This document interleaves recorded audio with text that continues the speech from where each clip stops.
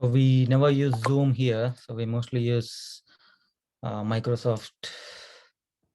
I'll have to restart. It's asking me to restart because of some privacy settings. I'm gonna just leave the meeting and rejoin you guys. Is that okay? Yes, sir, sure.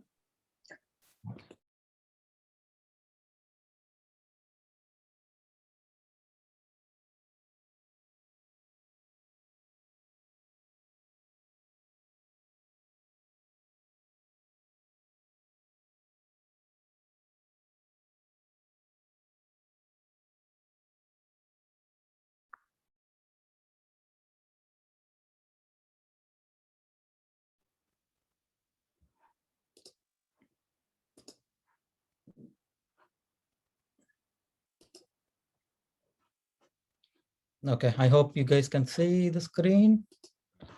Yes, sir, we can see. Wonderful, thank you. So, yeah. Hello, everyone. They will not be able to talk, isn't it? All of them are mute. So I'll ask few of you guys to unmute whenever you have queries midway during the speak, during my talk. And I'm sorry to disappoint you guys. Maybe you guys would have expected a more older, middle-aged guy to come and talk to you guys and help you with the UK training process.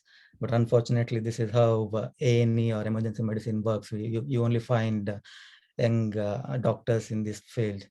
So you'll have to do away with me now. So I'm Dr. Madhuraj, like Shruti introduced me. I'm one of the specialty doctors in Margate Hospital. It's southeast of the United Kingdom.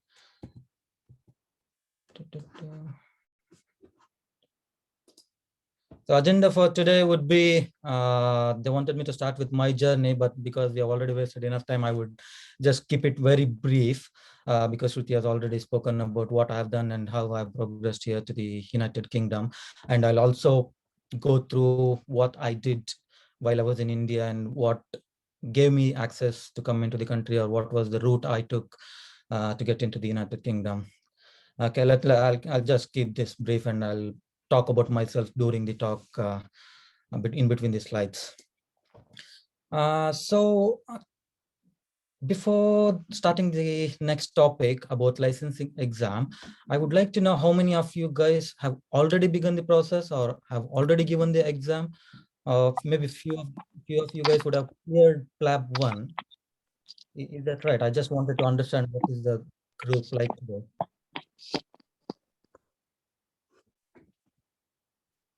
Anyone who has cleared first part, PLAB 1?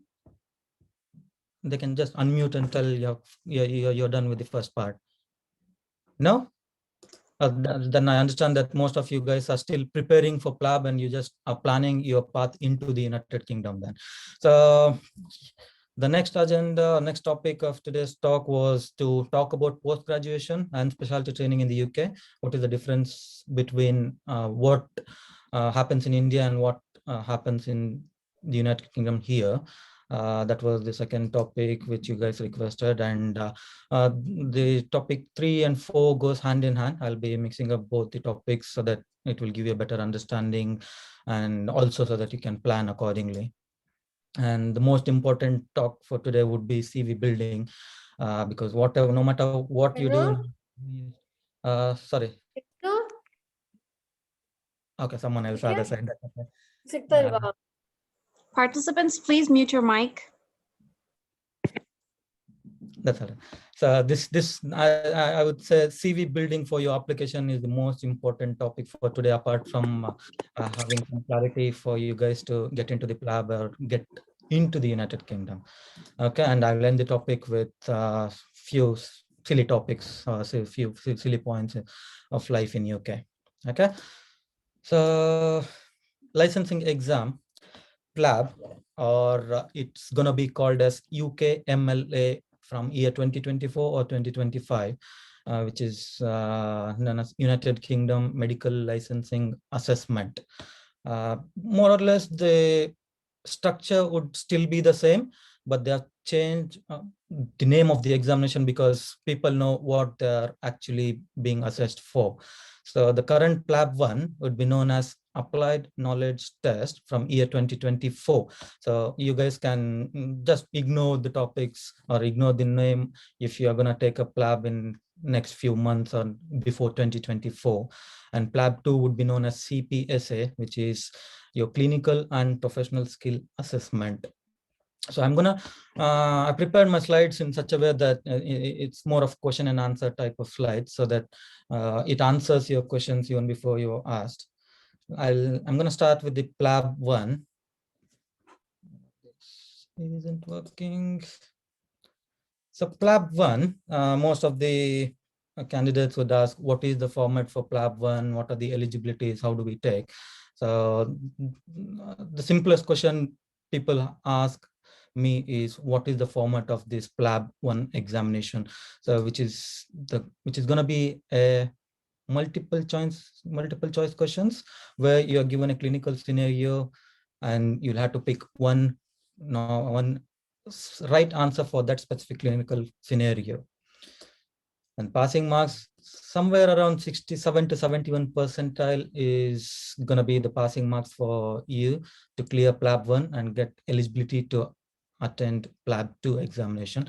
So the marks is 180 marks. Out of 180 marks, you should target somewhere around 110, between 110 and 120. That's going to give you a passing mark. Normally, because most of the UK examination, the percentile of passing mark is somewhere between 67 or 72. Very rarely it goes up to 70, between 72 and 75, when there are more number of candidates who are doing really, really well. That's when the percentile shoots up. But generally, thumb of rule, it's between 67 and 71. How many times the year is conducted? PLAB 1 across the globe, depending on where you are. In India, during our days, it used to be twice a year, but now they have increased it to 4 times a year. But because of COVID, they keep changing the rules or the number of times they conduct the examination. But generally, from 2018 onwards, it's been 4 times a year. English language requirement, there's a big confusion these days, because most of the people talk to these agencies who say that OET examination should be enough for you to take PLAB 1. But as of now, it still remains that they are accepting OETs, but I would still say you are safe with IELTS. And the IELTS exam, what you're going to choose is academic IELTS. There are 2 different IELTS, IELTS academics and IELTS general. General is for those people who come for different purpose and not for education or professional purpose. For us, it's always IELTS academics. But you should remember that IELTS academics is not accepted for your visa purpose. So given that you're already taking IELTS, it's always better you take UK VI IELTS, which is also accepted by the GMC. It works for your PLAB, and it also works for you to get visa for your PLAB B examination. So the overall score for your IELTS should be 7.5 and 7 in each module, which is going to be your listening, reading, writing, and speaking. All right. How much is going to cost? Part A costs you somewhere around 25K Indian rupees. And part B costs you bomb 90K. And also, if you're going to buy some resources, examination resources, add another 25 or 30K. So this is how these are the basic questions I covered you for PLAB B. Moving on, the next. Excuse me, sir. Yeah. Sir, we can't see you. Can you just turn on your video? I think I turned the video on. Oh, sorry. Can you see me? Yes, sir. Perfect. Yeah. Sorry, I'm bad with these gadgets. Okay, I'm outdated guy. I'm trying to catch up with you guys. So you'll have to tell me and teach me stuff in exchange of these information. Yeah, so moving on to the next set of questions, what people normally have with regards to PLAB is, what are they gonna ask during, what exactly is the topics of assessment. So the questions will mainly be based on these 6 domains: clinical practice, it could be a surgical, mental health, or medical legal aspect. And the professional knowledge wise, you will be assessed for your, once again, medical legal, ethical capacities, ethical practice. And with regards to professional capabilities, they test one, are you aware of your limitations? Because more often than not, they are going to check your safety, if you're safe enough to handle this case. They don't expect you always to know everything. That's not how things work here in UK. So it's always safety first and then proceed. If you don't know anything, that's accepted, because no one knows everything. And the other domain they assess you is practical skills, and your practical skills and your procedure skills, both in PLAB 1 and PLAB 2, which is going to be OSCE structure of assessment. And the last 2 domains are common presentation and common clinical condition. The questions will somewhere be like, for common presentation, you might expect a question like, there's a young 16-year-old girl who presents to you with fever, sore throat, difficulty to swallow, lethargy, and you are in a in middle of the procedure, in middle of the consultation. She says that she kissed their boyfriend last week who was also unwell. So what is your diagnosis? So these kind of questions, you can expect these kind of questions. So anyone can tell me the answer, or what you're thinking of when a young girl presents to you with history of sore throat, difficulty to swallow, fever, and there's a kissing history, even without options? Mononucleosis. Wonderful. That's the answer they expect. So it's going to be pretty much these kind of questions. And next is the diagnosis, where you're given a diagnosis, and you are expected to answer a few specific questions about how we are going to manage, or what is the specific investigation for this clinical condition. And there will be a lot of questions with regards to vaccination and recent advancement and stuff. I have put a link under the same slide. I'm going to share the slides with Shruti after we are done with the talk, so that you know what has changed. Because from 2021, there are few diagnoses which they have taken off, where you will not be assessed for these kind of presentations, and they've added a few more clinical conditions where you definitely should expect those. So it's under the slide description, and once you got access to this slide, you can click on the link, and that will straight away take you to the PDF folder to give you a list of diagnoses, what to expect during the examination. Okay, so this was about PLAB 1. So you have applied, your preparing should be based on these domains, and you get loads of online resources for PLAB 1 and PLAB 2, which will cost you around between somewhere around 10,000 to 15,000, and good videos will cost you 25,000. I would suggest you guys to buy some UK-based study materials, which will really help you for your PLAB 1. So once you're cleared PLAB 1, it's a cakewalk, I would say, because it's more of safety, it's more of your professional abilities they are going to assess, and that's what they expect from you. Anything you would like to ask at this point of time with regards to PLAB 1? Anyone? No, I'll take that as a no. Okay, keep. If you have any questions, and if you would like to ask at any point at the end of my talk, you can always ask me. Saranya, I think someone raised the hand. Saranya? Saranya has a question, is it? I can't hear you, Saranya, if you're speaking. So I would like to know what exactly you meant by professional capabilities. Professional capabilities. So this is more of ethical scenarios. I'm going to give you an example where someone has come to your hospital, or in your clinical setup, someone has come to you with after taking an overdose of some paracetamol, because that's the most commonest poisoning we see in the United Kingdom. So she has come to you with poisoning, overdose. You treated her, you followed everything that Talkspace has asked you to do. Her paracetamol levels have come back high, but she refuses to take the treatment. So this at this point of time, you need to use your professional capability. How are you gonna manage this case? So you have different options, and the different options take individual priority, and they need to come step after the step. The first step cannot always be take signature and send her back home because she's in her senses and she can make a decision for herself. So the first step would always be to persuade her whether you have assessed her mental capacity. Based upon mental capacity, is she able to make a decision for herself? This is what they're going to ask. It can be multiple different choices, but you'll have to choose one appropriate option for that particular scenario. Hope that explains. Yeah, happy? Sir, there are many questions in the chat box already. We'll take them at the Oh. last. Yeah, we'll do that. Yeah. Yeah, I'm not able to perfect. see the chat box. Where's the chat box? Sir, at the Okay, bottom line. I'll go through all the questions. I'll go through all the questions and at the end of the talk, because I'm not able to see the chat box here. I'm so sorry. I'm still catching up with the technology.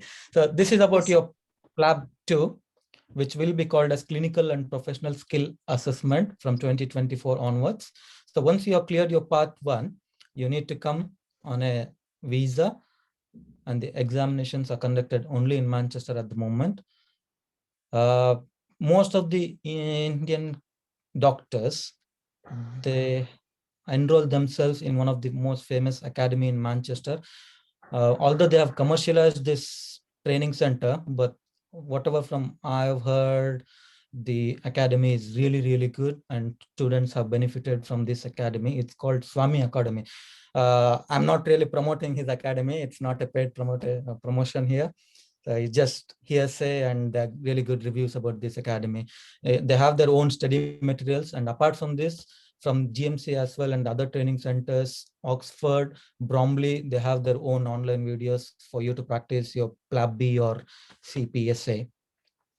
What do they actually assess? It's OSCE structured assessment, where you're given an actor or where you're given a dummy of mannequin, and you're given a clinical scenario telling that what are you going to do with this patient. Although what we normally do is, as Indian doctors, or what I normally did before someone actually told what are the specific aspects they are looking at during the OSCE examination, we jump into the management bit or saving the patient or specific drug we are gonna need to save this patient. These are not the things they're gonna mark you on. I'm gonna give you a scenario. So for example, you're in a clinical setup, say in a medical ward, internal medicine ward, a patient age 68 or 71 is admitted with a lower respiratory tract infection, and his saturation suddenly deteriorates, and you're called in by the nurse to assess this patient and do the needful. So you go there, patient suddenly collapses. So what do you do? So most often I've heard people telling that they're gonna start looking for heart rate, or check his BP, or lift his leg and up, because maybe there's decrease in the blood pressure, which might improve blood pressure, leading to clinical improvement in the patient. But that's not what they actually expect from you. They want you to call for help, because you're alone in this clinical setup, which they would have mentioned in the clinical scenario, and it's just the nurse who is available in that ward. It's just you and the nurse. So there's not enough help at this point of time. So they expect you to call for help. So these are the kind of assessment. Definitely after you have called for help, then these next steps are your whether the pulse has got central pulse, or if he's in cardiac arrest, recognition of cardiac arrest, whether or not you have recognized the cardiac arrest, and if you are wasting your time just looking at waiting for a nurse to give you blood pressure recording or saturations, all those stuff. So there's a systematic way they go, right from, for example, I'm going to give you a second scenario here. You are in a OPD or outpatient department, and there's a young male or female who has presented to you with fever or headache, and you have completed your history taking, you're now gonna examine the patient. So they are gonna assess you if you're gonna use the sanitizer to before the examination of the patient and after the examination patient. So these are the minute aspects which we have to go step after the step by step, and not jump away straight into the clinical aspect of examining the patient or diagnosis or management. They also stress a lot on communication skills, how you're gonna present yourself, what your body language is, how you're gonna show empathy, sympathy towards the patient. There are gonna be few clinical scenarios like breaking bad news, where certain aspects of your communication skills are assessed. So this involves the PLAB 2 aspect. Okay. So I'm gonna move on. If you have any questions, please leave them on the chat box. Like Shruti told, we'll take them at the end of the talk. All right. Moving on to our next topic, post-graduation and specialty training. What is the difference? Of course, we know how it works in India. You complete your medicine, you take another entrance examination where you're given a rank, and according to your rank, you attend counseling and take up seats. I actually have forgotten how it works in India now. Maybe you know better. So Aditi has something. Okay. So before I move on to speaking about post-graduation and specialty training, I would like to tell you about what are the different routes available for you guys to enter into the United Kingdom. So the first and quite obvious route is you take a PLAB, finish your PLAB 1, come to UK, finish your PLAB 2, get the GMC registration done, start working in any of the trust as SHO, senior house officer, and start looking for different training posts. So that's route 1 for you. Second route is few of the United Kingdom trusts, they have tie up with recognized training centers in India, Sri Lanka, and other Asian countries, where even though you have not completed PLAB or any other accepted post-graduation, they are in some sort of training for a year or two, they get some certification, and they are allowed to come here into the UK and work in that trust for a certain duration of time, say like 2 years. That's also, which is part of their certificate completion courses. But these are all not recognized by GMC. So once you have completed this certification, you're not allowed to continue your job. Because of COVID, the current scenario has allowed them to stay back in the country and continue working. But previously, how it used to happen was the people who have come to the sponsorship route, once they have completed their tenure, say example 2 years, they are supposed to go back and reapply for GMC registration. That's how it used to work.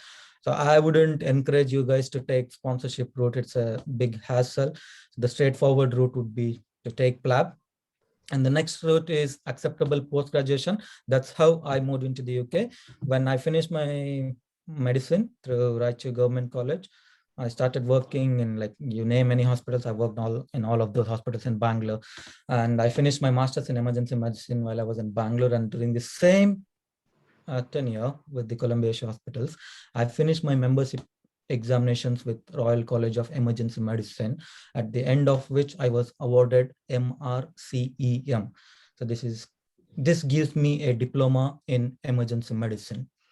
So this MRCM is very similar to MRCP, other membership examination in different specialty, which gives you a diploma wherein you do not have to take PLAB, and you straight away get access into the country where you can start working and you get a GMC registration. That's the second available route for you guys, which is not much of hassle, but you need to work on your membership exams and complete the diploma. And the other two routes, specialist registration and GP registration, are basically for Commonwealth countries. Once again, not for you guys, wherein you have already been awarded some kind of honorary fellowship.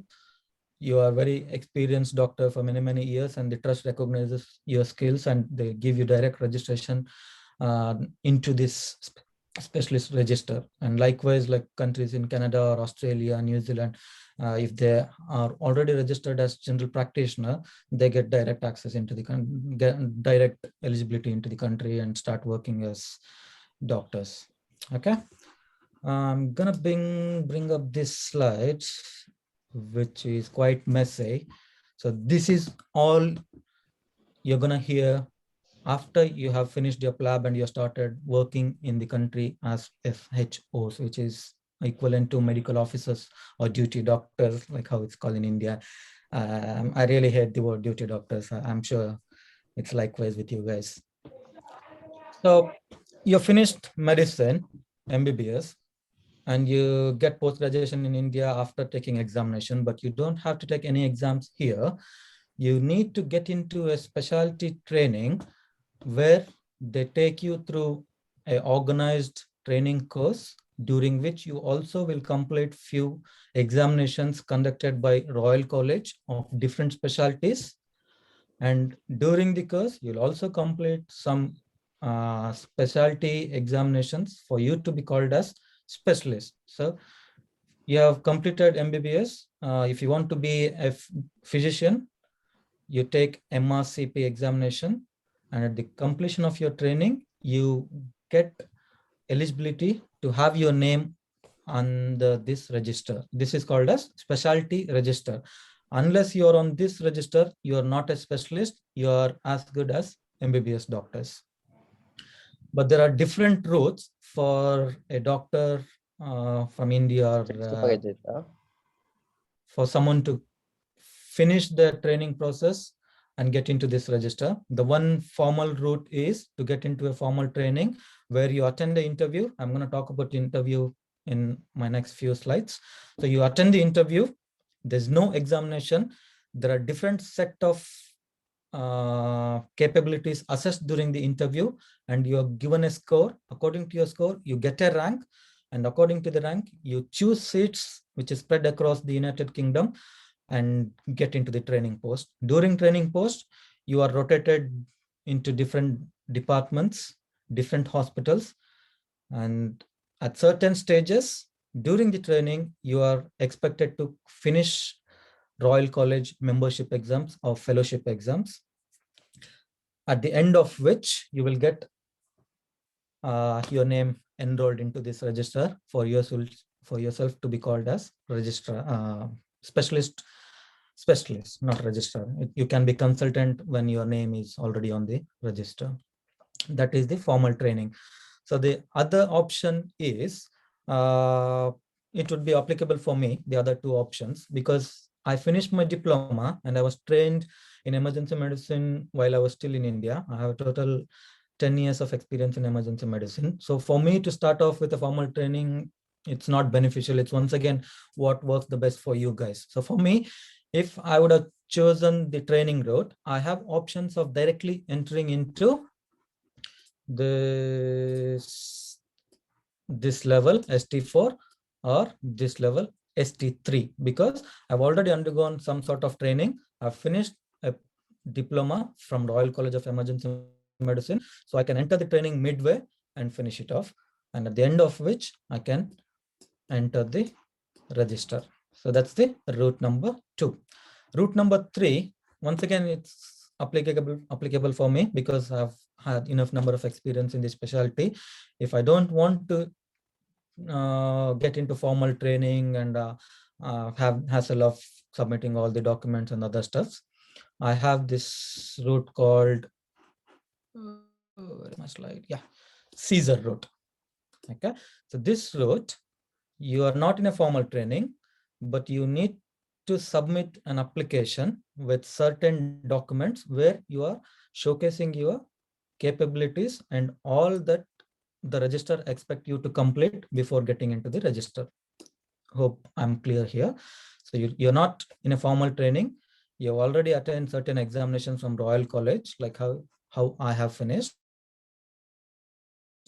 But you need to have lots of documents with regards to how many patients you have seen, what are the procedures you have done, who has observed you doing these procedures, what are the different courses, if you have had rotations in different department during all these years, all of these needs to be submitted with your application, and there's a certain board, Caesar board, who will review your applications, and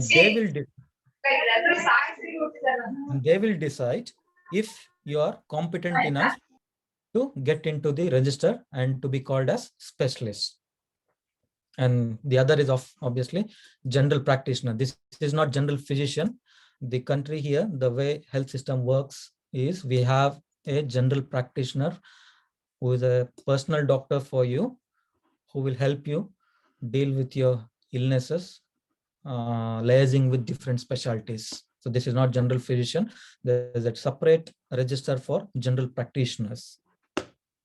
Okay, so this was about the difference between post-graduation in India and how it works here in the United Kingdom. So all of you guys here today should aim to get into this register by one of the three routes.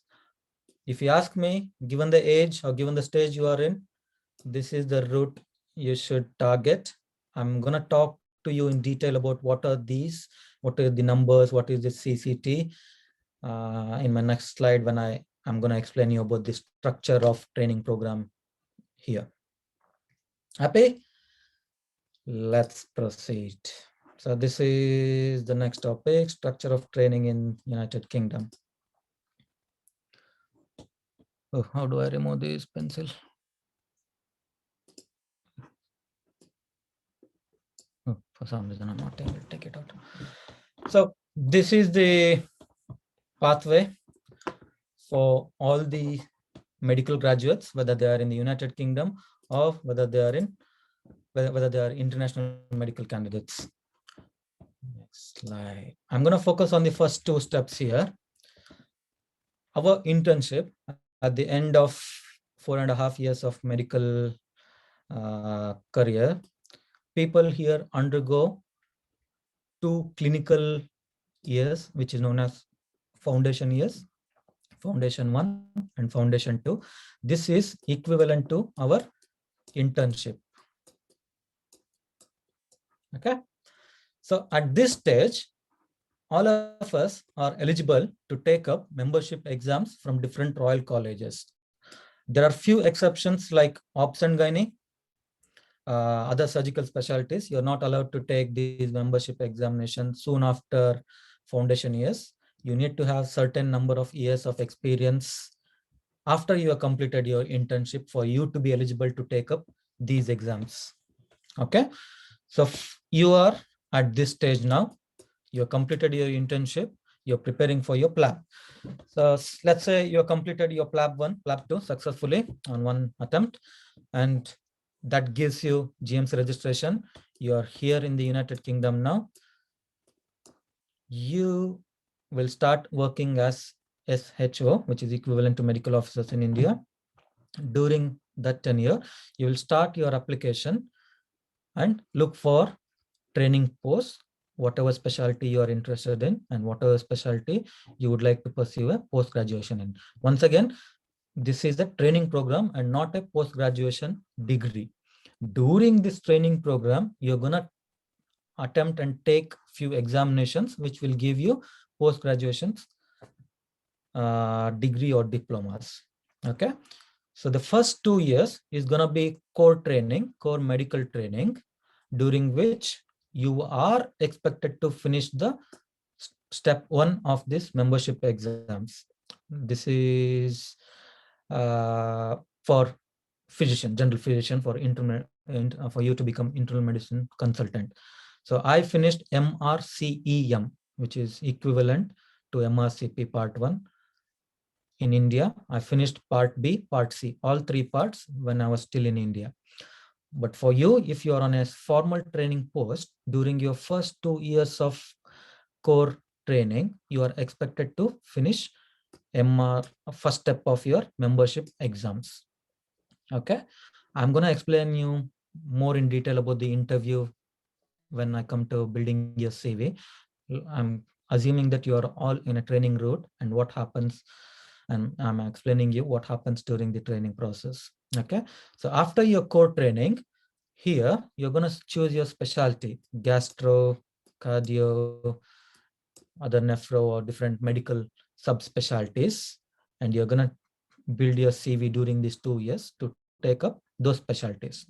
During ST3 and ST4, these 2 stages, you are expected to finish the step 2 of your membership examination. Once again, this gives you only diploma and you haven't still completed your training program, because your training program will last for 6 to 8 years in total.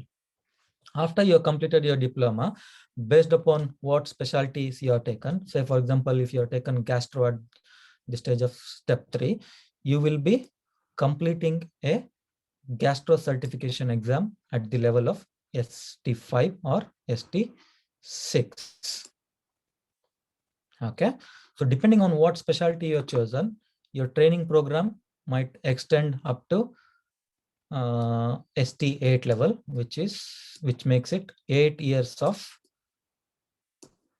post-graduation training. So with the training, you have attained a post-graduation degree, and you will also be eligible to take fellowship exams, and you would have also completed specialty certificate examination during the training program. At the end of your training process, you're gonna get something called as CCT, which is certification of completion of training. So once you have attended this CCT, you are eligible to enter this register I was talking to you about, the specialty register, and you will be recognized as specialist. Happy? I'm going really slow because the numbers are confusing and the stages and the examination, it's all gonna mess things up. I've put up one more slides to explain different specialties. Don't break your head with these initial steps, that these are for the medical graduates here in the United Kingdom. You are at this level, take this as 0 because you have completed your internship. You have cleared your PLAB and you are in the United Kingdom deciding on which specialty to enter into. So there's something called as core medical training, core specialty training. Where's my cursor? Why is it not working? Yeah. So core medical training, core surgical training. There are run-through programs for certain specialties, and there is a training programs called as acute care common STEM. Acute care is the specialty which is more or less something called as emergency or urgent care to different illnesses, which includes emergency internal medicine, anesthetics, intensive care, and emergency medicine. So you don't have to have different core medical training for these 4 specialties. It is a run-through program where you will apply for a specialty. You will start at ST1, you will finish at ST6 level. That ends your training. You will be awarded CCT and you can become specialist, either as intensive care specialist or emergency medicine specialist, anesthetic specialist, or acute medicine specialist. If your target is other different specialties, you will be undergoing core medical training and pick up one of these specialties, which is medical specialty. Okay.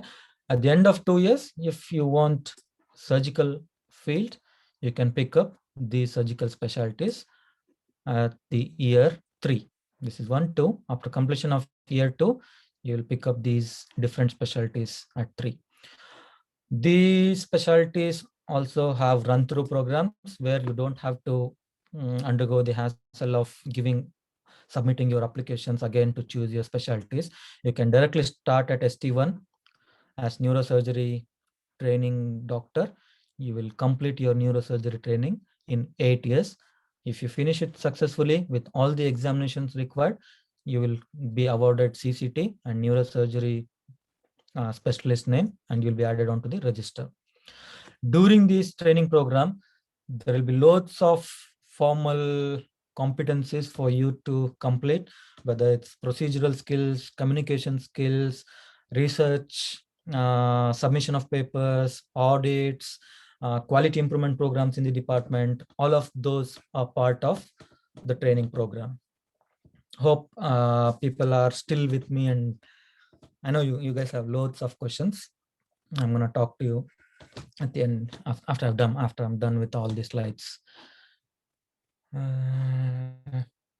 Yeah, so this is the most important aspect of today's talk, I would say, because no matter where you are, whether you are in India at the moment, whether you are already in UK after your PLAB 1, everything what you do next depends on how good your CV is, because the number of years you have worked as doctors after medicine doesn't count towards your application. Say, for example, I'm attending the interview to get into the specialty training tomorrow. If I have 10 years of experience, it doesn't increase my chances to get into the training against a person who has just had 1 year of experience, just because I've worked 10 years in the specialty. Everything depends on what I have done in all these 10 years and what this person has done in one single year. If both of us have equally done the same amount of courses or competencies, then we both have equal chances to get a training seat.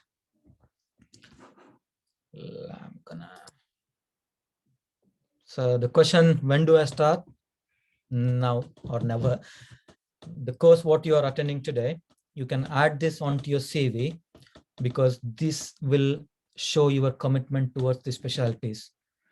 They will add this as one of the courses you have attended and assess your commitment towards the capacity, and that will increase the chances of you getting a training seat.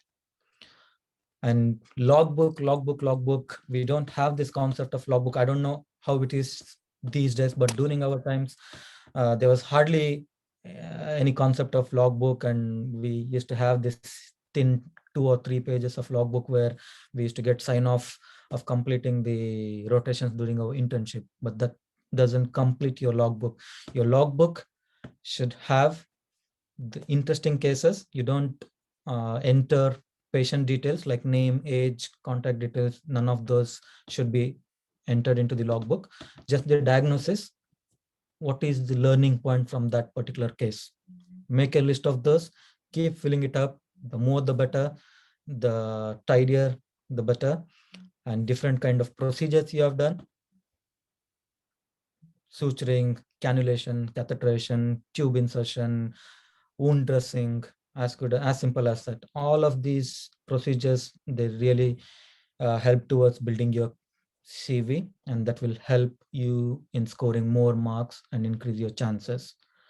And logbook is part of your portfolio. You can maintain it electronically, or you can have a paper-based portfolio. Portfolio is basically your CV, your logbook, and all those things you have done in your career. Basically, it's everything you have done in all these years, but it should be through a proper channel. You just can't document telling that I've done 100 intubations, I've done 100 suturing. That's not how it's going to work. So you should have, I can, maybe Shruti can be in touch, or you guys are free to get in touch with me. I have a proper paper-based format for you to document your procedures, where you will have some supervisor to sign you off and give you comments on these procedures: what went right, what went wrong, what are those things which you could have done better. That's how things should be documented, not just the numbers that you're going to enter into your portfolio. With these logbook and the procedural skills, these are the things which you should be concentrating on, which I'm sure none of us during our times. It would be unfair for me to comment on you guys, because maybe few of you guys are aware of these things and you guys are already doing this. There's something called as work-based assessment, which involves DOPS, directly observed procedural skills, mini clinical examination, and case-based discussion. Say, for example, today you're seeing a case of sepsis during your postings. What you do is you read about sepsis, you go and talk to one of your consultants or one of the assistant professor, tell them you'd like to discuss about this case, start from the history, examination, assessment, management, investigate, which involves your includes your investigations and what went right, what went wrong, how did you manage this patient. Take a signature from him, comments. The comments will be average, above average, exceeds expectations, or needs improvement. So initial stages, you might get few comments where your supervisors might tell you that there are certain areas where you need to improve on. You have to be really honest, and these kind of comments should go on to your portfolio. That shows your honesty as well. That adds to your uh, interview process. They like doctors to be honest about what has happened in their career. Even if there was some incident where you did some errors, there's something called as reflection. So I take a sheet of paper, reflect on this case, something went wrong. Maybe you gave a wrong dosage of antibiotic, but you need to document that. Comment on what exactly went wrong. Was it name or number, or maybe your consultant spoke to you over the phone and gave you the advice to give you certain dosage and you misheard. It's as simple as explaining what happened for yourself and having some corrective procedures to say how would you prevent similar incidents in the future. Like, I would repeat the instructions to the consultant, take double confirmation from him. Those kind of things should go onto your portfolio. 360-degree feedback, once again, from different specialties during your interview. You could have done this: internal medicine, surgical, ENT, optal, wherever you go. It doesn't have to be always assistant professors or consultants or registrars or tutors. It can be anyone. It can be your clerk, it can be nurse, it can be a receptionist you have worked with. Take feedback from these people. That's called as multi-source feedback. This is really, really, really, really important. I struggled here for appraisal because I did not have documentation.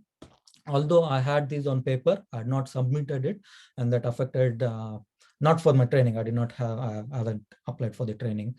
So really important feedbacks. I cannot stress enough on how important feedbacks are. And also, I assume that you have just finished your internship and most of you are working as medical officers in one or the other specialties. While you're working, get hold of someone you are comfortable with. Ask him that you want a letter at the end of your job or at the end of your rotation, telling him to give you a feedback about your performance, about your clinical performance, about your professional performance, about different courses you attend during the process. All of this.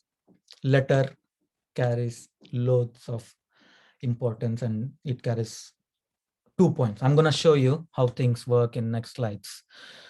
I have picked up this document from one of the training. How do I take this laser point, laser eraser? How do I hide this? What is this yellow thing?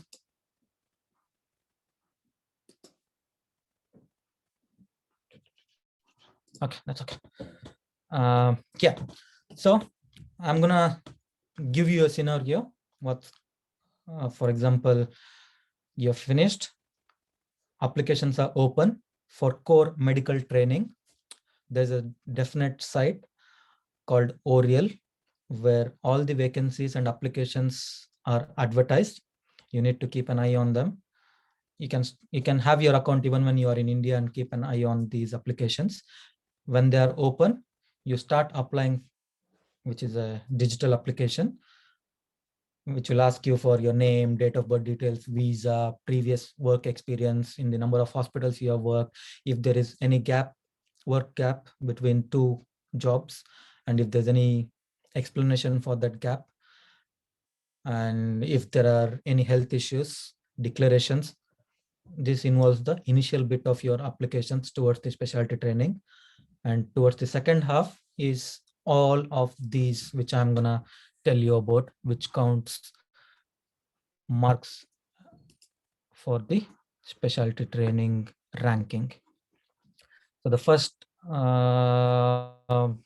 qualification, additional degrees and qualification, you get 3 points if you have any PhD, MD, or first class honors do even before at the time of application. If you have something of this, you get 3 points for the application.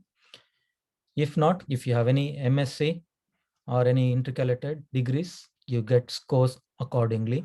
If there are no undergraduation or post-graduation qualification, you get 0 points towards your application.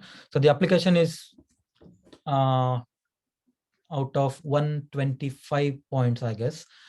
And these altogether amounts to 25, which is known as pre-assessment form.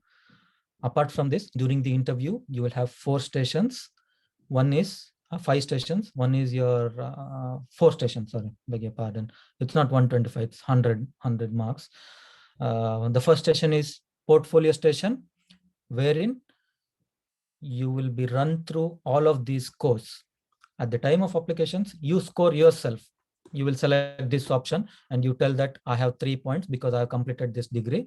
During the portfolio station, they will ask you for evidence. Show me your PhD degree or show me your undergraduate degree certificate. And if you have scored yourself 3 and if you don't have degree to show, you will not get marks there. Whatever marks you have done, maybe you might have had an intercalated BSc degree and you will score 1 instead of 3. Just because you have scored 3 and you don't have documentation, they would not mark you 0. Whatever documents you have as evidence, you would be marked accordingly. So that's for the additional degrees. So the next category is if you have any additional achievements, if you have won any national prize or award during your academics, which includes your medical schooling education, not extracurricular, any life support courses or any post-graduation academic achievements, prizes. Likewise, presentation or publication, whether you have attended any conference or if you have submitted, if your research paper has been published in any research article, if you have presented any poster or any oral presentation during conferences, you get 2. If you have attended any trust meeting or audits or any abstract presentation for a publication, you get 1. If nothing, you get 0. It doesn't end there.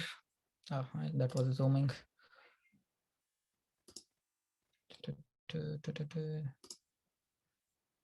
It doesn't end there.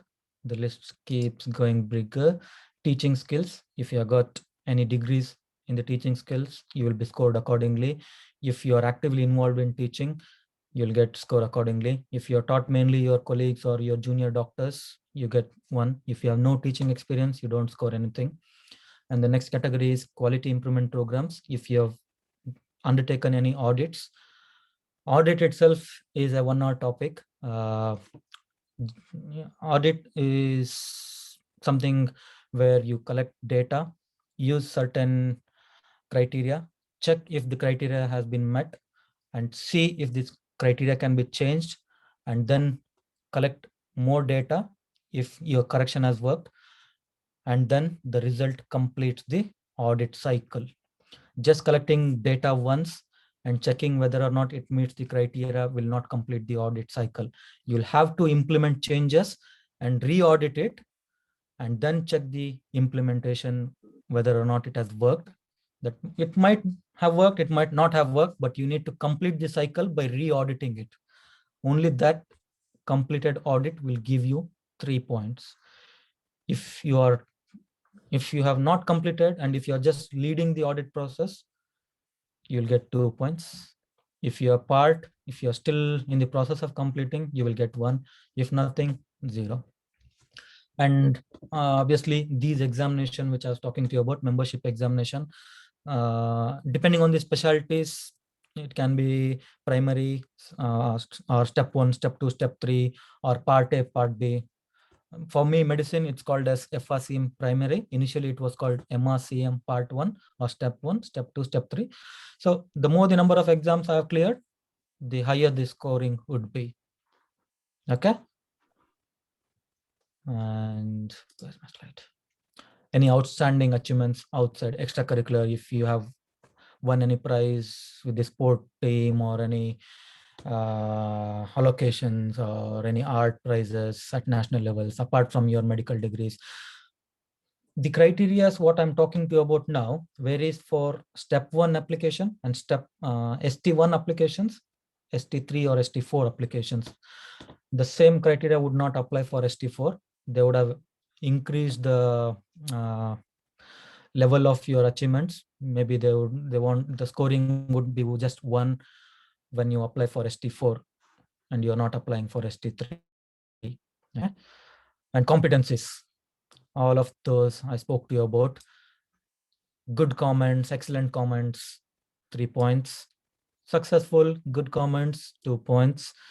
Some improvement needed, not enough evidence to show that you have done this work-based assessment, just 1. But if you don't have any evidence, then you'll not score anything from this section. So that was for the application. That was the first station of your interview process, which is called as portfolio station. The second station would usually be some kind of presentations where you will be given 15 minutes of time to prepare a presentation. You will have flip charts. Topics would be like problems in NHS, how has Brexit affected NHS, how would you change the department. These kind of quality improvement projects will be the topic of discussion.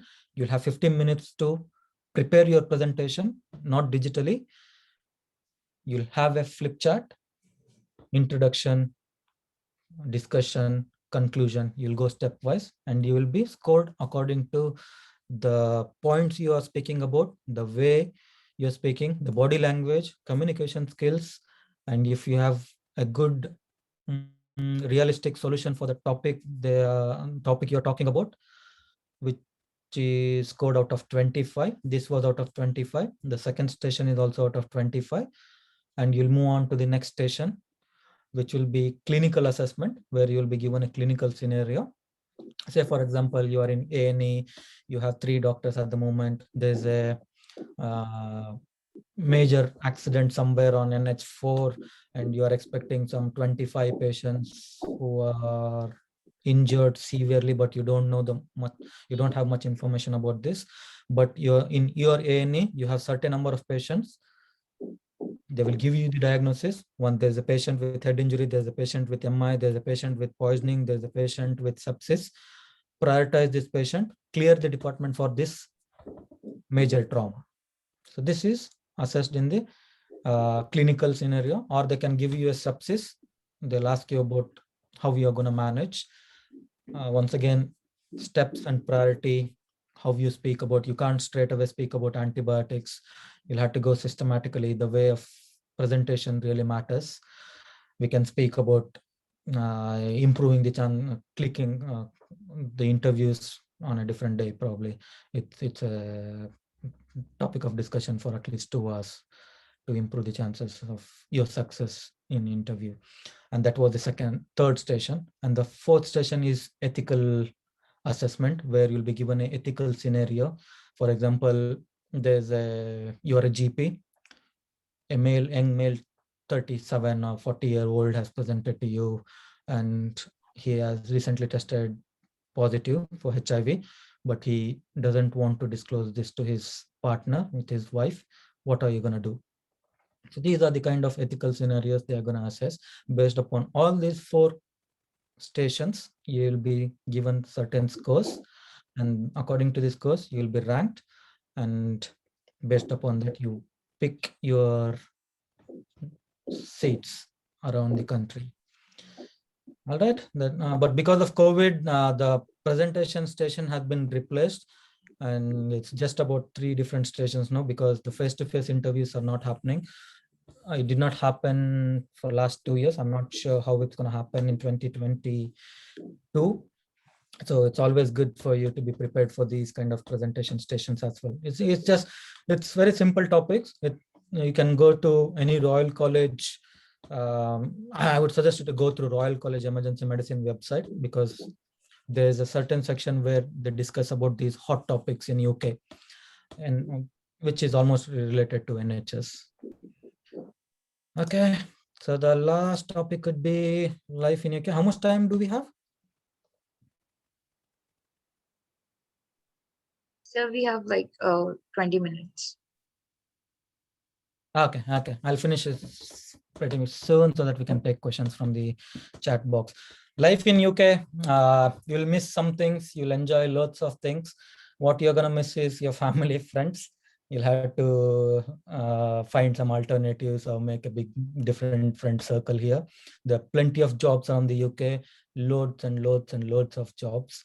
I don't know the exact number, but at least like 60 to 70% of the NHS is run by international doctors, and mostly surgical field is where you see British doctors. Non-surgical fields are the places where you see international doctors. Professional life and personal life, you will be able to balance these two life wonderfully. You will be working only for 40 hours a week, which gives you 2 days off every week. And professionally, people don't care what you do outside of the work, but when at work, very well behave, body language, how you speak to your colleagues, how you respect your colleagues, very important. But that doesn't mean that you can drunk and drive, and there is any inappropriate behavior outside of the work, which leads to some security issues. So those kind of issues will be brought up for investigations with GMC. But for quiet life, you will be able to balance your professional and personal life wonderfully. You'll have loads of time. You'll have everything. You'll have something for every single person who would be coming to UK. You can't say that I don't have option to do something. Like if you want to play cricket, you have enough opportunities. If you have a different hobby, you have certain societies for you guys to enroll and involve yourself in that particular activity. Be familiar with the UK map, know where you want to live, or have certain idea which hospitals would you want to work, whether you want to work in a city setup or whether you want to work in a rural setup. Mostly almost all tertiary centers are based in cities, and most of the district general hospitals are towards the countryside. I am tired of cities, so currently I'm in a I live right next to the beach. You will be able to see beach if I show you around. So I like a calm place. Calm in the sense, not the hospital. The hospital is busy around everywhere you go. So you can't escape work. Work-wise, you're always busy. Before post-graduation, your average pay will be somewhere around 37 to 42, which equals per month, you'll be getting around 3 lakhs after tax deductions, and you would be spending somewhere around 1 to 1.2 lakhs according to how lavish life you lead, or how often you spend your time in pubs and other activities, and whether or not you're good cook, because I had to learn cooking after I came into UK. I hardly entered kitchen when I was in India, so that was a lot of money. Maybe you can accumulate your annual leaves, and you should be able to go home twice a year. But with COVID and isolations, home isolations, and all those things now, life made life difficult. So you should be able to go home once a year if you consider home isolation and stuff. Yeah, guys, explore and enjoy. I'm gonna take up a question from chat box. The chat box. Chat. Okay, there are. Sir, I'll read it out. Yeah, that would be better if you read questions for me. Yes, sir. So then we'll start with the doubts. So the first question was, what are the best resources to prepare for Plan 1? PLAB 1, Oxford Handbook. Oxford Handbook is known as the encyclopedia, and most of the questions are based from the Oxford Handbook of Medicine, or you can read Oxford Handbook of Emergency Medicine, because the information, clinical information, and the professional information which has been given in both these books are very good. You'll have to at least read these 4 to 5 times before you take exam, according to your, intelligence status. I'm not brilliant like you guys. I had to go through this book 4 to 5 times. And resources, once again, I'm not here to promote anyone. It will be unfair for me to take name. But for PLAB, from whatever information I have got, because I did not enter through PLAB route, but Swami Academy has got brilliant materials because they are exclusively into PLAB training. Swami is one, Oxford is the other, and Bromley are also coming up with the PLAB materials. So pick one of these. But like I told, if you go through the GMC website, I've put in the link in one of the slide description. They take you through different topics, and based upon the topics, you'll have to familiarize yourself in and around of the diagnosis. That helps you. Next question. Yes, sir. Next is standard time required to prepare for PLAB 1. That's once again like for me, I would say I'm an average student. For brilliant student, maybe 3 months, at least 3 months, I would say. But if you know the knack of cracking exams, there are few who I know took less than month and a half, not more than that. Because like I tell, the exams are basically assessing your clinical knowledge. There won't be questions like who is the father of medicine, who is the father of emergency medicine.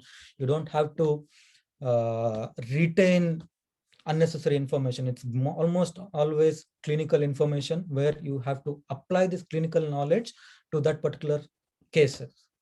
So concentrate on every cases you attend, every case you see day in and out. So discuss that particular case with your colleagues who you are preparing with. So frame your own questions, what PLAB might ask from this diagnosis if it is on the list. So I would say at least 3 months, I would say. Sir, can you please tell what all organizations are there who are helping for sponsorship? Sponsorship route, I know only about my specialty uh, because, because obviously I work in emergency medicine. There's one from Midlands Trust who have a tie-up with Society for Emergency Medicine in India. They have tie-up with Apollo Hospitals, Columbia Asia, where we have a recognized trainings, which is recognized training center for emergency medicine. You can enroll yourself in these hospitals and start with a emergency medicine training program and tell that you are interested in the sponsorship route. And once a year, the trust people come down to India and assess you guys and take you through the process. After you have completed 2 years of training in India, you will be called into the UK, work with their trust, but you would not be given a salary. It is something called a stipend or something equivalent to stipend. It is not salary. And after you completed 2 years here, you go back home, reapply for GMC registration and start looking for jobs. I would still say route 1 and route 3 are the easiest routes for you. Sponsorship routes, I can give you more information because there's one guy who is working with me who is from Sri Lanka.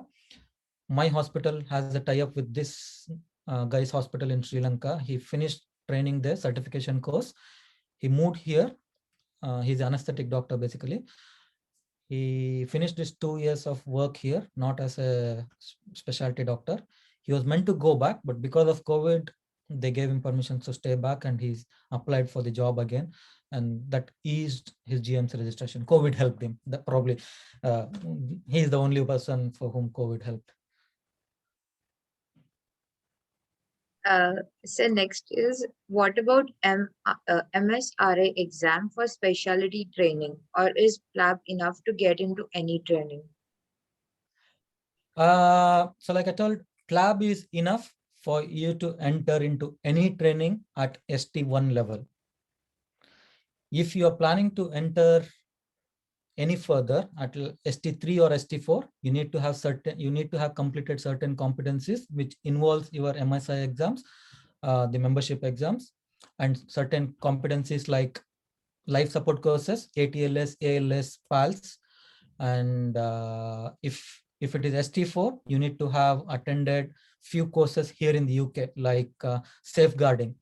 safeguarding is very important here. Safeguarding is basically where you are anticipating, or you see that someone is at risk, like an elderly patient, elderly 90-year-old guy is being harassed for his money, is not being well taken care of. So these kind of training happens. That's called as safeguarding training. For ST4, you will need safeguarding for both adult and pediatrics. But for ST3 level, you need to have completed membership exams and completed few other procedural competencies and life support courses. But for ST1, PLAB is enough. Portfolio, your CV, the number of courses, the number of audits, all the points I took you through. So next is, I already applied for IELTS academic. Should I change it to IELTS UKVI academic or go ahead with the current slot? Is it possible to switch? If IELTS agrees, no, the thing is, the problem is UKVI IELTS is offered from a different organization, which is from the Ministry of External Affairs. The IELTS general and academic is offered from a different organization. If they allow you to switch, I would definitely say you should switch it over to UKVI, because only one examination will help you to get both visa and eligibility for PLAB 1. If not, then you'll be unnecessarily taking up UKVI visa again for exclusively visa purpose. And for this, you don't have to get 7.5. If you have already achieved 7.5 in academics, that is accepted by PLAB. For visa purpose, I think it's 5.5 or 6. I'm not sure, but definitely not 7.5. But given that you're already taking a IELTS exam, it would make sense if you take IELTS UKVI, which serves both purpose. So next is, why is PG only 2-3 years in India and 6 to 8 years in UK? If we come back to India, we are called postgraduates or specialists. That's a very, very good question. So that's very tricky. Only few specialties or post-graduation here in the UK are recognized by MCI in India. For example, MRCEM, emergency medicine, when I finished, it was recognized. So I am eligible to have my degree registered under MCI and work as a professional. But after 2018, for some political reasons, they stopped recognizing MCI, so you can't add on your degree. But the only problem would be you would still be considered a specialist. All the private hospitals value UK degrees far higher than Indian degrees. It's a controversial statement I'm making, but that's the reality. You will be able to work as postgraduate specialist in private hospitals, but not medical colleges if your goal is to become associate professors or become professionals and end up retiring. So if you have a fellowship degree, if you have a MS membership exams, you can still go back to India and start working there. Why is it only for 2 to 3 years in India? Because diploma is 2 years, MD is 3 years, and 2 years from there on for your super specialty. But here, by the time you come out of the specialty training, you would have a super specialty degree. For example, after completion of core medical training during the first 2 years, you will choose your specialty, gastroenterology, nephrology, these kind of subspecialties. And by the end of it, you become a super specialist. Hope that explains why 6 or 8 years, not 3 years. Is it wise to go into UK right after internship and work as non-training doctor before going into training? Or should I do PG first? Once again, a very good question. I'm happy that someone asked this. See, for example, I took the second route. I finished my post-graduation, MRCM. I was awarded diploma when I was in India.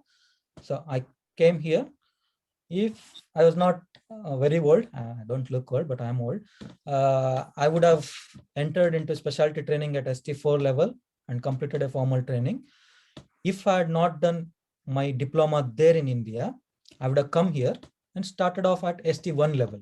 So it's about what works for you, how old are you, what are your goals, what works best for you. So if you are in India, if you still want to do a post-graduation MD medicine in India, you can take up MD medicine. During your post-graduation, you can finish MRCP exams. At the completion of 3 years, after the completion of 3 years, you will have a MD degree, you will have MRCP. MRCP will give you eligibility to enter into the country and work as specialist, not as specialist. For specialist, you'll have to get into the specialist register, but you can work as specialty registrars, not as SHOs or medical officers.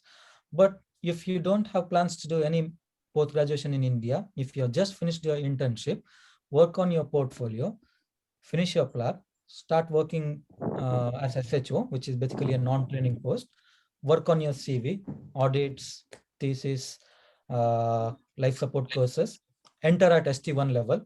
At end of 6 or 7 years or 8 years, you'll become a super specialist. And if you stay back in India 3 years, and again 2 years, for maybe if you're brilliant, you'll get super specialty the same year, the very next year. But if you want to take a couple more attempts, or if you don't get your super specialty, the one which you actually desire, then you will end up taking or wasting 2 more years for super specialty. But here, start at ST1, become a super specialist. I think I've covered all of it. I think, yeah. Next question. What additionally do we need to increase our chances of getting into surgery training? Surgery training, for that matter, any stream, any specialty, when you submit your application, they are looking for your commitment towards this specialty. How committed are you towards this specialty? Say, for example, if I'm in emergency medicine, if I decide to start from ST1 level at surgical core training, CT1, which is known as surgical core training, when I attend interview, they're going to ask, you were in emergency medicine for last 10, 11 years. Why did you end up changing your mind and show, why have you shown your commitment to a surgical specialty now? And I'll have to be able to give them a good enough reason that I'm fascinated by surgical field, and give them assurance that you are not in a frame of mind where you will end up quitting surgical training midway and come out.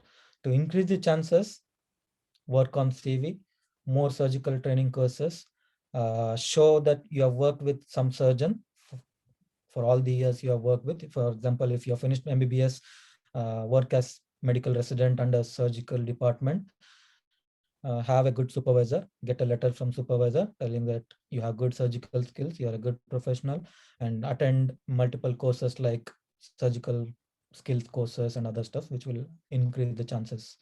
Once again, the points and different aspects I showed you, that will increase your points, because that's the section where you can beat your fellow candidate. I'm going to also show where to minimize the screen.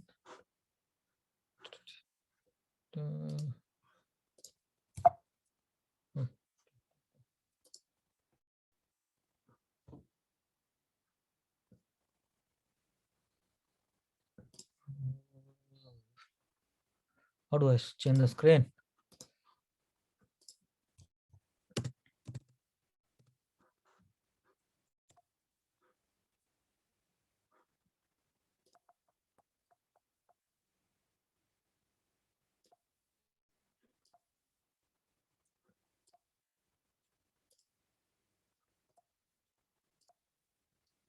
Where's the exit here?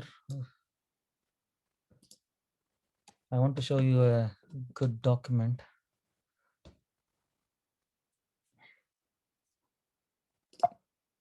Guys, help me here. How do I exit?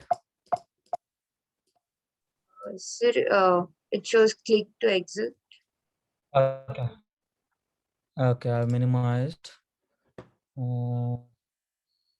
will close this. So these are the different Royal Colleges.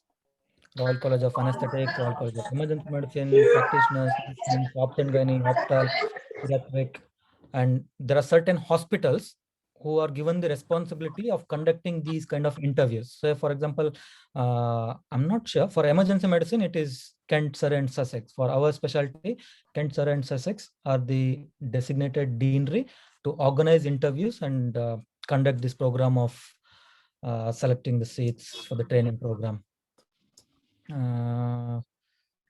Where is my screen? Minimize, minimize, minimize, minimize, minimize.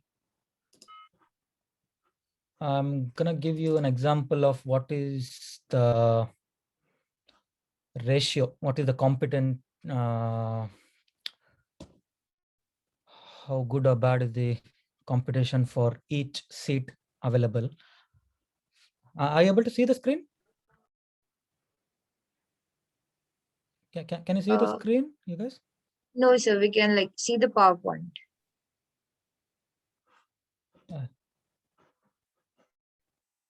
So it's okay. No, you should be able to see. I'm going to share you because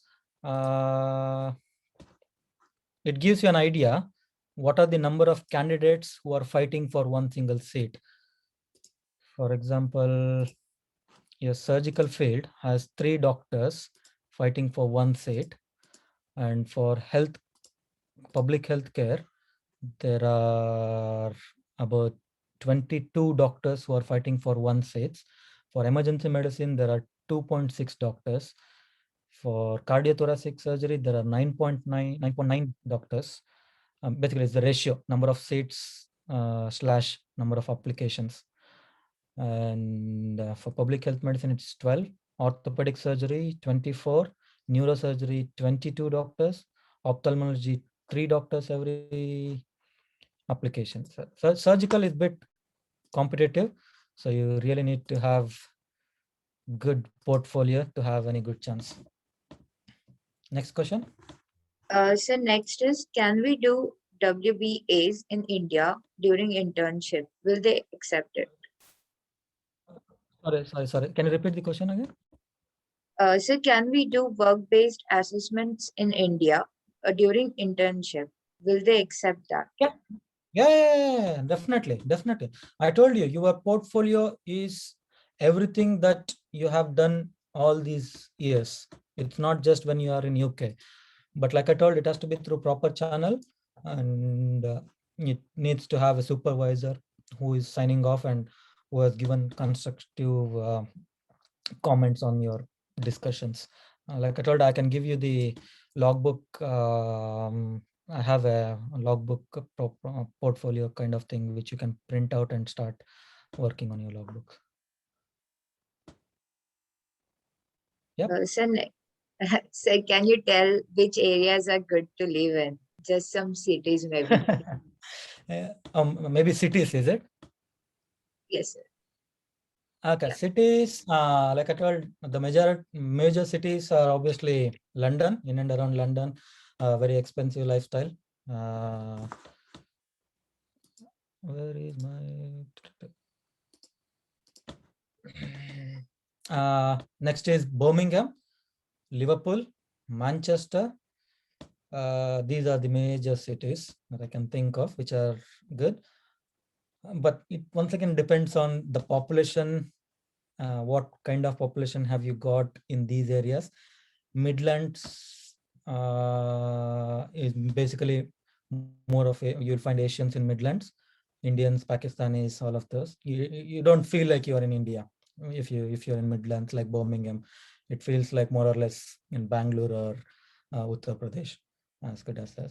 London, it's mixed group of population where you'll find people from Asia, African countries, European countries, all of this. The place where I am in, because it's southeast, very close to the European border, we see mostly European people here. Lifestyle-wise cities, I would say Liverpool, London would be on top of my list. Manchester, once again, it gives you Bangalore kind of feel. the population, what I mean to say. But if you want to live in a countryside, Wales pay scale is slightly lesser than what you are paid in England, but it's a beautiful country. I love Wales. I was in Wales for 1 year. I moved here for different professional reasons, but I'm enjoying this place. Southeast, I live on a coast. It's a nice place. You can do loads of activities, boating, paddle boarding, kayaks, motor boatings, all those stuff. But clinical wise, if you want good experience, tertiary hospitals like in London, most of them prefer London because that's the tertiary hospitals and you'll get more hands-on. Number of patients you see are still going to be the same wherever you go. It's a busy place because it's only NHS that works here at the moment. Only few cities have got private sectors. Yep. Next question.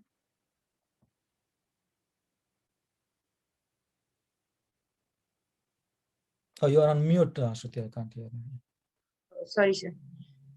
How many countries approve GMC registration in Europe? After Brexit, the current people who are living in the UK, their degrees are accepted and they don't have to undergo any specialty eligible examination or licensing exams to work in Europe. But Brexit, after post-Brexit, there's still debates about not recognizing GMC approved degrees. But if you are a GP here, if you have a degree here, just only GP, if you're a GP here, you can go work in Canada, not in Australia. You can, but for that's not the case for UK citizens. For UK citizens, their degrees are accepted and they can work in Commonwealth countries. But unfortunately, after Brexit, things are a bit messy. So I would say people who would come in after Brexit, I don't think their degrees are accepted.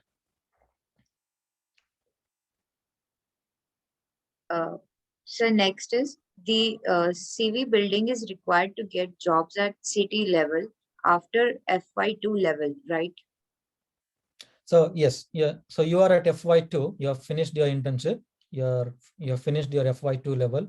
CV building, yes, it is applicable for your core training, CT1 or ST1.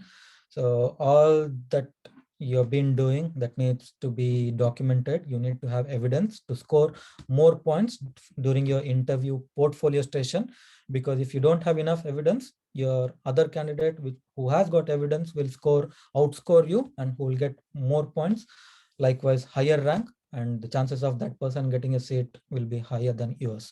So work on your CV, even if it is for CT1 level.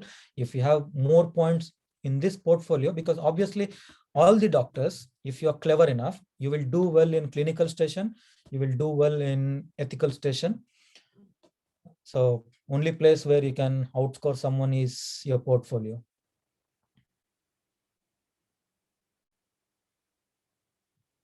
So next is how can we get the teaching experience here in India as it is not a concept?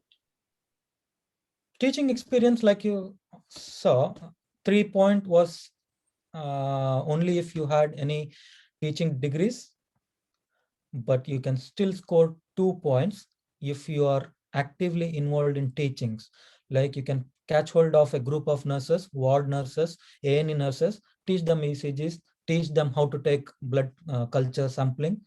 That itself counts as teaching. But you need to document that, take feedback from these people who have attended your teaching.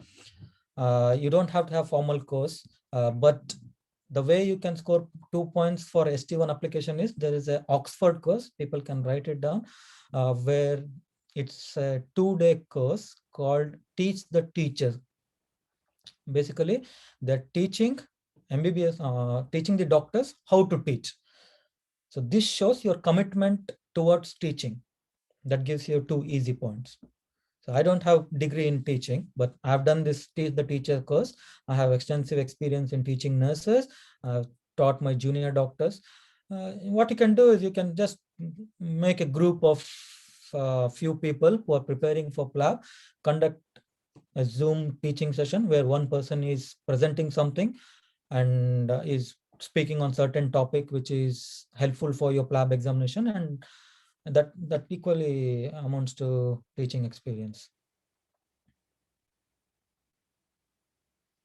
So that were all the questions in the chat box. If anyone wants to ask I think anything there's one else, more. After MBBS, additional scoring is done for MSc, PG, PhD, etc. Yes, but MBBS is mandatory, not additional. Yeah. I think someone has already answered. Fazin has answered someone. Yeah, MBBS is not additional degree. Unfortunately, it's equivalent to medical degree what people do here in the UK. So everything that counts after MBBS, or if you have any degrees before MBBS, like I've seen most of the North Indians, they do BSc or some kind of degrees before getting into MBBS. So those kind of degrees count, but MBBS per se, it doesn't hold good as an additional qualification. But for me, like MRCM, if you have completed your membership exams, that counts as additional post-graduation. And while I was in India, I also did post-graduation course, medical toxicology. So that counts as additional degree. So no, MBBS doesn't count as additional qualification. So Himani has raised her hand for doubt. oh yeah, Yes, Himani. Sorry, Yes. you'll have to say I've raised my hand. I can't see. Actually, first of all, it was a really informative session. I had a doubt actually. Since you said all this CV building and stuff is for your ST training, right? Or CT level of training, right? So, and a few of this thing that I saw there, like this audit and all, I wouldn't be able to do it during my internship, or at least I feel our hospital isn't, friendly for, or they're not supportive of conducting such stuff. So I would have to try doing all that during my, let's say I finish my internship and then immediately I want to go to UK. I would have to apply for FY2, right? If you have completed your internship, if you have completed PLAB, it depends if you really need to apply for FY2, because you don't have to. After you have completed PLAB, you're eligible to take up job as SHO here in UK. Okay. After SHO, how do I get into specialty training? So when you're working as SHO, which is equivalent to medical officer in India, so you will start working on your application and you will keep an eye on this ORIEL, ORIEL website. You can have an account opened even today and keep an eye on them. So usually the applications open somewhere in the month of November for August session. So for August session, the applications open from November. So there's a lot of scrutiny happening for next 6 months, at least good 6 months. So you will apply and submit all the evidences you have. Basically, all of those I discussed about: the self-assessment form, the additional courses, life support courses, teaching evidences, additional degrees, prizes, extracurricular activities. And also, whoever is organizing this teaching, maybe Shruti, you can add it on to your CV, telling that you organized this teaching session today, because that counts as leadership skills, because ST3 and ST4 will want you to show some leadership skills as well. Okay. So, that was for your, if I want to, from here, I want to apply for an SHO post there. So what is it that they'll see at this point of time? Like I told, there are loads of jobs. You can just pick a hospital, pick an area, complete your PLAB, complete GMC registrations, good to go. They just look at your current CV. To get a job, SHO job, they're not looking like, they don't expect you to have audits. There's no points in grading or anything. No. They will ask questions on these things during your interview, but they wouldn't judge whether or not to take you for that particular job based upon your points.